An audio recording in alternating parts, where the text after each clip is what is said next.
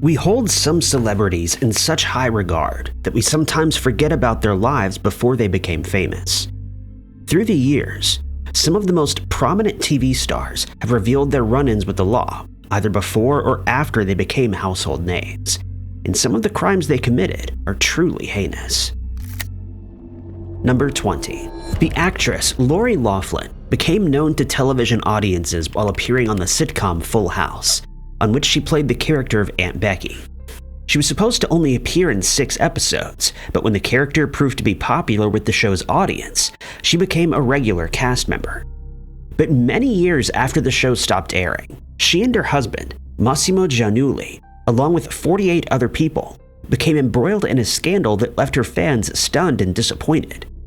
It all started with college professor Rick Singer and his prep company, which was called The Key.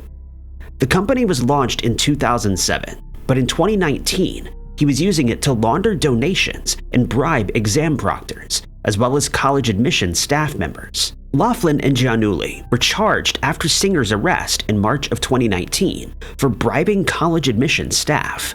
They initially pleaded not guilty, but later changed their plea to guilty, admitting to paying $500,000 to get their daughters into the University of Southern California. Loughlin received 2 months in prison, a $150,000 fine, and 100 hours of community service, while Giannulli was sentenced to 5 months in prison, a $250,000 fine, and 250 hours in community service.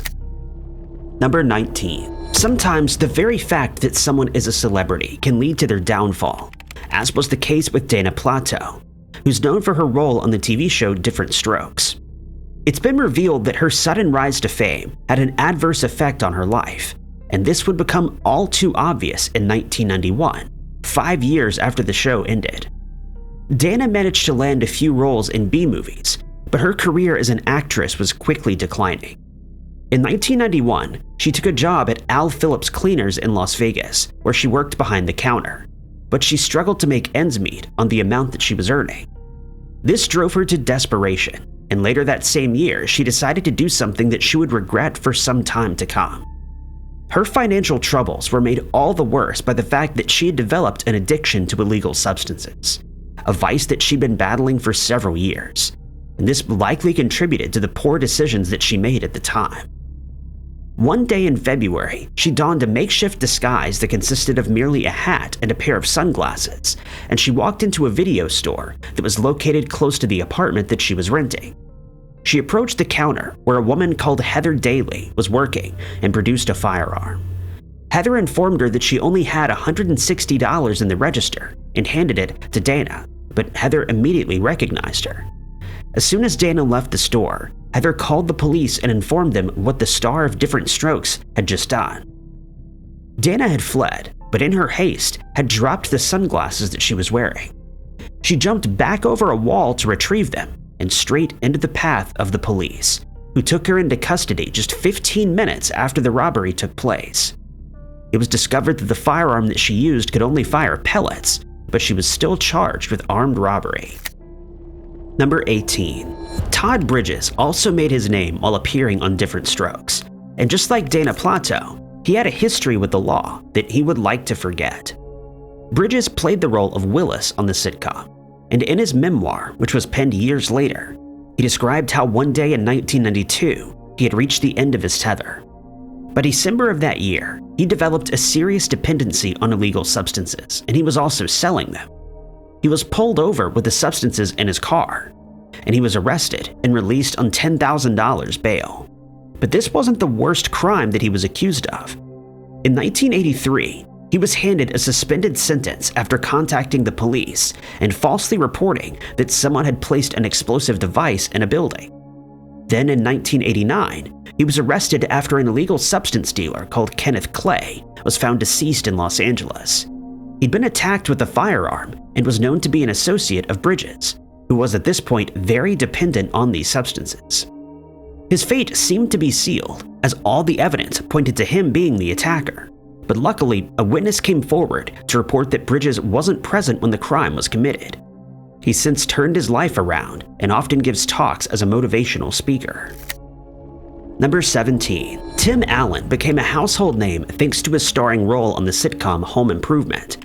But not everyone is familiar with his past, which includes an incident over which he served 2 years in prison. When he was 25, Allen was living in Kalamazoo, Michigan, and he'd become involved in the trafficking and sale of a controlled substance. He'd started making a lot of money by transporting large amounts of the substance, which was supplied to him and his friend, Gerald Mead, by Thomas Warner. They'd done regular business with another dealer called Dennis McCarthy, who unbeknownst to them was an undercover police officer. McCarthy reported that chartered planes were being used to supply the substance to different areas, and a plan was hatched during which Allen would end up in possession of 1.5 pounds of the substance. With the deal set to take place, Allen and Mead traveled to Kalamazoo Airport, and there they met with McCarthy, who revealed his true identity, and the pair was taken into custody. At the time, being in possession of that amount of the substance in Michigan meant that he would spend the rest of his life in prison. But he got a second chance when he agreed to corroborate information that had been revealed by his fellow dealers, and he was handed a 3-year prison sentence, of which he served 2 years before being released. Luckily, he realized that his life was on the wrong track, and before long he was married and started his acting career, completely turning his life around. He's now estimated to be worth around $150 million, and it's safe to say he made the right choices once he was released from prison. Number 16. Lisa Lopes rose to fame as a member of the famous R&B soul group TLC, but she has also appeared on the TV show Living Single and MTV's The Cut. But she's been through some difficult times, as she once found herself on the wrong side of the law. In 1993, she was dating Atlanta Falcons wide receiver Andre Rison, and by all accounts, it was a rocky relationship. At one point, they got into a physical altercation, during which Rison fired his weapon into the air to dissuade bystanders from intervening. Despite this, they continued dating, and in the months that followed, the relationship deteriorated even further. In June of 1994, the pair was out partying at separate venues, and Lopes returned to Rison's home before he did. Returning home at 5 a.m. with new sneakers, Rison's girlfriend, Lopes, was angered he hadn't bought her a pair. Another fight ensued and Rison left. Lopes then inexplicably set fire to cardboard, throwing it into an empty whirlpool tub, which quickly engulfed the mansion in flames. She also damaged his cars with a vacuum cleaner pipe and was arrested. Charged with felony arson, she was released on a $75,000 bail and later sentenced to 5 years probation and a $10,000 fine. Despite this, Rison continued the relationship, and they were planning to marry when Lopes died in a 2002 car accident. Number 15. The sitcom Leave It to Beaver ran for a total of 6 seasons from 1957 to 1963. The character Whitey, who was a friend of Beaver's, was played by actor Stanley Fafara, who by all reports lived a difficult life once the show ended. After the show was canceled, he moved in with the pop rock band Paul Revere and the Raiders, and before long he started drinking and consuming illegal substances. By 1972, he'd started dealing these substances to make ends meet, and his marriage fell apart. By this time, the money that he had earned from appearing on the show was gone, and he needed to sell ever more of the substance to get by. Since he didn't have a reliable supplier, he hatched a plan to get his hands on as much as he needed. He started breaking into Los Angeles pharmacies at night, and was successful for a while, but during his 7th robbery, he was caught red-handed and arrested. His parents bailed him out of jail, but rather than taking his arrest as a wake-up call, he continued his old habits. Soon after that, he was caught after committing another robbery, and this time, he was sent to prison for a year. After serving his time, he started working as a roofer, but soon fell back into addiction. By the end of his life in 2003, he'd contracted hepatitis C despite being sober, and after receiving surgery for hernia complications, he passed away.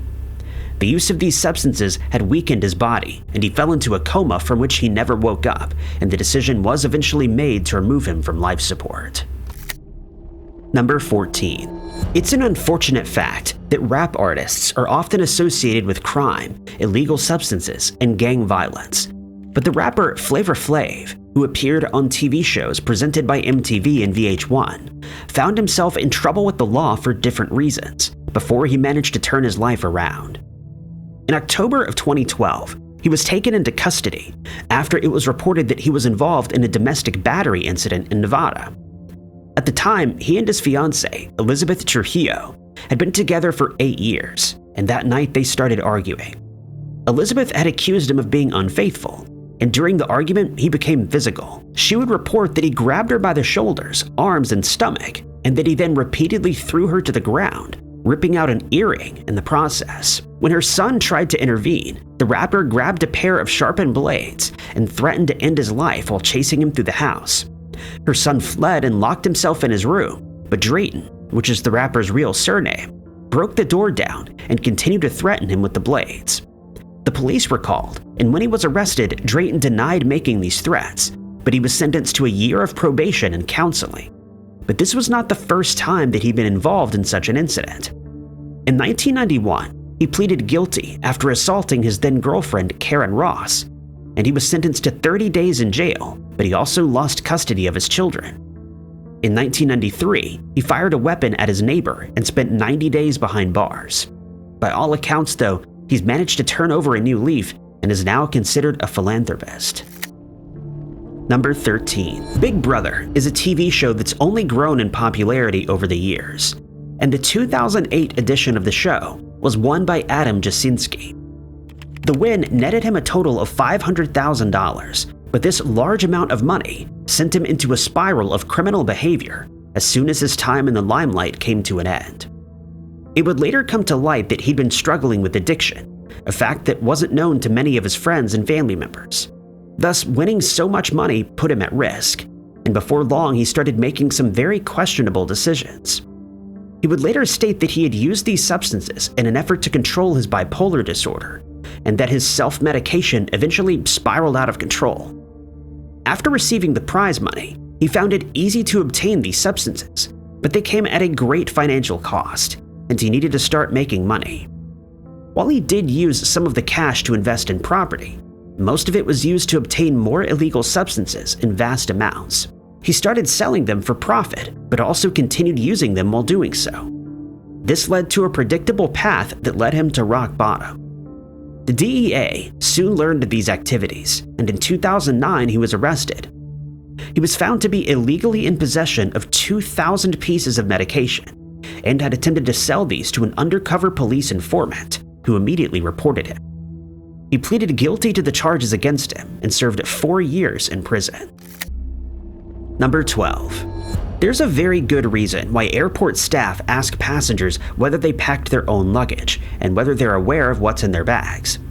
It may seem like a silly question, but just like Eric Ode, who appeared on TV shows like Duster and Rescue High Surf, many people have claimed to have been duped into carrying items in their luggage that they were unaware of. Ode has also appeared in films like Dude, Where's My Car? And coupled with the fact that he had worked as a stuntman and appeared on television, he started to make a name for himself as an actor. But all of this changed one fateful day in February of 2002 when he was traveling to Pakistan. As soon as he arrived at the Islamabad airport, he was confronted by the police and taken to a nearby jail. Under questioning about his luggage, he maintained that he'd been asked to transport leather goods into the country, and that he had no idea he had done something wrong. While being interrogated, he was repeatedly assaulted, and eventually he was taken to Central Jail in Adyala, which is not for the faint of heart. It had been discovered that Ode had been carrying a large amount of prohibited substances in his luggage, and the person who told them that he was transporting leather had knowingly deceived him. But the fact remained that he never checked his luggage, and he was sentenced to 7 years in prison, where he had to fight to stay alive. He was eventually freed after the Mexican governor, Bill Richardson, pleaded for his release, and today, Ode serves as a stark warning about the dangers of carrying unknown items across international borders. Number 11. David Dixon is one of the most recognizable faces on British television, as he's hosted shows like Bargain Hunt and Dickinson's Real Deal. He's known as slightly eccentric, and he's gained thousands of fans throughout the years. But he's also spoken about his past and the fact that he was once sent to prison for mail order fraud, an incident that he has well and truly put behind him. It all started when he was 19 years old. He designed a scheme which saw him purchase certain items on credit, but he would then sell those items at a higher price, and the profit would be fed back into his antiques dealership, which saw him quickly improving his credit rating. The scheme was exposed. Dickinson was arrested and charged with mail order fraud, and it landed him a 4-year prison sentence. He served 3 years of that time, most of which was spent at Manchester's Strangeways prison. He since stated that, in retrospect, he deserved the sentence that he received, and that he hated every moment in prison. He added that life in that prison is extremely tough, and that it certainly inspired him to turn his life around and stay away from fraudulent activities. Number 10. Actor Jon Hamm has not only appeared on TV shows like Mad Men and Your Friends and Neighbors, but he also had guest spots on 30 Rock, Parks and Recreation, and Fargo, among others. But before becoming a famous face, he was a student at the University of Texas, and it was there that he committed a foolish act that landed him in hot water with the law. He's since spoken about his regret regarding the incident. It was in 1990 that Hamm, along with his fellow Sigma Nu fraternity members, carried out a hazing against Mark Allen Sanders, but Sanders would contact the police afterward and report that the group had gone too far. The incident was kept quiet for decades until Star magazine revealed that he was involved. According to police records, Sanders was supposed to memorize certain facts about his fellow frat members, and when he failed to recite them correctly, Hamm lost his temper. He then proceeded to shove Sanders' face in the dirt, strike him with a paddle, and set his jeans on fire. He then proceeded to assault him with his bare hands, and when the hazing was finally over, Sanders needed medical treatment. Hamm and 4 of the frat members were arrested by Austin police officers after Sanders reported the incident, and they were charged with unlawful hazing. The Sigma Nu chapter was disbanded and has never resurfaced. Hamm was lucky since he was set free on probation, after which he relocated to Missouri. Number 9. The Real Housewives of Salt Lake City is a reality TV show that ran from 2020 to 2023. One of its cast members is Jen Shah, who also appeared on other TV shows, one of which is a documentary that details her time in prison after she was convicted of running a telemarketing scam. Thanks to the scam, thousands of people lost a lot of money, some of whom were pensioners who lost their entire life savings. It all started in 2012 when Shaw and her assistant, Stuart Smith, started convincing people to invest in certain business opportunities, none of which really existed. They were then asked to pay for tax preparation or web design services, which was ironic since many of the elderly victims didn't own computers. Once Shaw and Smith had gathered their victims' contact information, it was sold to other members who were involved in an even bigger fraud scheme. The process would be repeated over and over again until the victim no longer had any funds left, in which case they were cast aside. Jen Shaw used scam money for lavish expenses while victims lost significant funds, with one family attributing a veteran's death to the stress of his loss. Shaw pleaded guilty, was sentenced to 6.5 years, and now claims to help scam victims. Number 8. Robert Blake appeared in TV shows that included Beretta, Helltown, and the TV film Judgment Day, but his legacy is tainted by the fact that he's been found liable in the passing of his wife, Bonnie Lee Backley. On the 4th of May, 2001, the couple, who were said to have had a tumultuous relationship, were seen dining at a Los Angeles restaurant called Vitello's. He would later state that as they left the restaurant, he remembered that he had left his firearm at their table, and he returned to get it. When he got back to their car, he claimed to have found Backley deceased in the passenger seat, having been attacked with a firearm. He ran to a nearby house and asked that the resident, a man called Sean Stanek, call the police, which he did. Backley passed away at the hospital soon after, making Blake the prime suspect. A restaurant staff member confirmed the table was cleared before Blake returned, meaning no firearm was left behind. An investigation uncovered a firearm in a nearby trash bin containing ammunition matching what was used against Backley, and the weapon's serial number was filed off, preventing ownership identification. Blake was arrested for solicitation of murder, suspected of hiring someone to claim the life of his wife. Despite evidence, Blake was acquitted, but was later found liable for her passing. Number 7. In 2013, Shannon Richardson, who's known for her appearances on TV shows like The Vampire Diaries and The Walking Dead, landed herself on the wrong side of the law thanks to an ill-conceived scheme to frame her estranged husband, Nathaniel. She would later state that she never intended to hurt anyone, but the facts of the case certainly suggest otherwise. To carry out the scheme, she ordered certain ingredients off the internet, which were processed into ricin, which is a very dangerous poison. She then wrote 3 letters, which she then laced with the poison, before posting them to then-President Barack Obama, the mayor of New York, Michael Bloomberg, and Mark Glaze, the director of a weapons control advocacy group. She then put the next phase of her plan into action. Richardson drove to a police station and made the shocking claim that Nathaniel had posted the letters, and when they were intercepted, the letter to the president was found to read, "What's in this letter is nothing compared to what I've got in store for you, Mr. President." The letter that was sent to Bloomberg stated that anyone who tried to confiscate Nathaniel's firearms would have their lives ended. After the scheme was unraveled, Richardson was arrested and charged with possession of a toxin for use as a weapon. At her trial, she begged for leniency, insisting that she'd been punished enough after being separated from her children, and she insisted she wasn't a bad person. Thanks to her acceptance of a plea deal, she was only sentenced to 18 years in prison, and has since finally admitted that Nathaniel played no part in the crime. He's now taken custody of their 6 children. Number 6. Johnny Lewis is best remembered for portraying the role of Kip Epps on the TV show Sons of Anarchy. But his life after the show took a disturbing turn, as he was sent to prison for assault with a deadly weapon and burglary. He was sentenced to 1 year and 291 days in prison for the respective crimes, but he was released early on good behavior. Shortly after being released, things took a turn for the worse when the police were contacted by someone who reported that they'd seen Lewis fighting with 2 men. When they responded, officers were shocked to find Lewis deceased in the driveway of his house, and it was concluded that he'd fallen from the roof of the building. But further investigation revealed further disturbing details. Catherine Davis, Lewis's 81-year-old landlady, was found deceased after being assaulted. Lewis was immediately identified as the culprit, as no one else was in the building. The motive remains unknown, despite Lewis being described as a quiet person with no prior issues with Davis.